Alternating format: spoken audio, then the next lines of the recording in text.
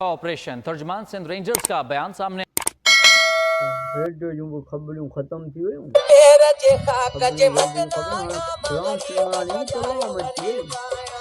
कलाम भाऊ संजय गुलाम सुनवानी कलाम जो है शूटिंग भाऊ जे लाइ बंद करे रेडियो छॾियां रेडियो बंद कयां पोइ भाऊ संजय ईंदो पोइ कलाम हुनखे ॿुधाईंदासीं। हाँ हाणे मुंहिंजे कम जो त कलाम कोन्हे वरी ख़बरूं जो वरी तेसीं वरी संजय भाऊ ईंदो हुनखे गुलाम सुनवानी जो कलाम ॿुधाईंदो। भाऊ अलाए केॾांहुं वियो ईंदो घड़ी खां पोइ जो अचण वारो हूंदो। हाँ हाँ अची वियो भाऊ संजय अची वियो। हाँ भाऊ संजय अच तुंहिंजे लाइ हिते कलाम अची वियो कलाम तोखे ॿुधायूं।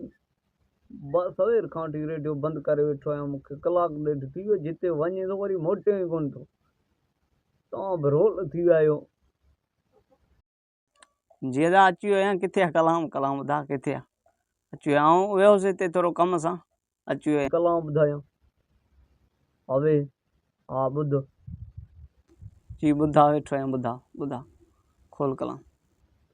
कहा कि ऑपरेशन रेंजर्स और पुलिस की जानिब से शरपसंद और जराइम पेशा अफराद की मौजूदगी की इत्तला पर कीअं खोलियो मुंहिंजे हथ में हुयो को दायो रेडियो जो कलाम किथे थो बीहे।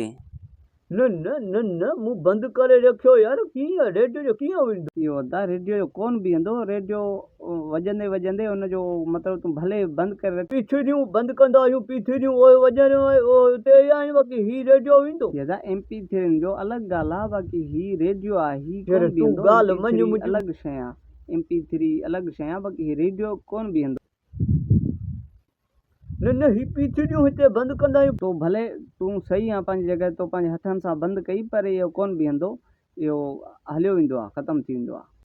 ही वॼायो मूं वॼायो कोन बाबा बंदि हुयो को तुंहिंजे करे मूं बंदि करे रखियो। वाक़ई मां मञां थो तो बंदि कयो आहे ऐं MP3 जेका तव्हां चओ था न MP3 अलॻि शइ आहे। MP3 थियो मोबाइल थियो टैप हुनजी बटण बंदि करे छॾींदी उहो उते ई हूंदी यार पोइ तॾहिं चवंदा आहियूं न नंढनि कुअनि वॾनि कुअनि जा कन कतरे छॾिया इहो तॾहिं ईअं थियो न। हाणे तूं न मञंदे पीछड़ियूं असां बंदि कंदा हुआसीं उते बीठो बाक़ी ही यार हाणे मटे बेशक मां मञां थो तो बंदि कई हूंदी पर इहा मतिलबु उते न बीहंदी या न बीहंदी चङाई बि पाण ॻिचीअ में थो पए न। हाणे ही तुंहिंजे लाइ मूं ख़ासि बंदि करे कलाम रखियो वरी कंहिं वॼायो या पंहिंजे मुंहुं को चेंज थी वियो अलाए हिनखे छा थियो यार फासी वियासीं। हा न न वरी हाणे कलाम अचे मां तोखे ॿुधाईंदुसि पोइ ॾिसजां कीअं थो वञे। हाणे आउं यको वॼाईंदुसि पोइ ॾिस। हा हींअर जेका कलाम अचे तूं मूंखे सॾु करे ॿुधाईंदे आउं वेझो हूंदुसि पोइ उते ई हूंदो तेसीं आउं पहुची वेंदुसि। हाणे साईं तूं घणा कुझु ॿुधाईंदे।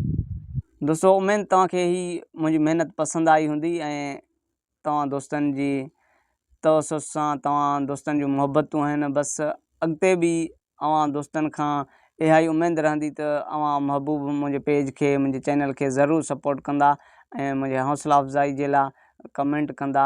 Thank you so much. वरी नेक्स्ट वीडियो में पाण मिलंदासीं। Thank you so much.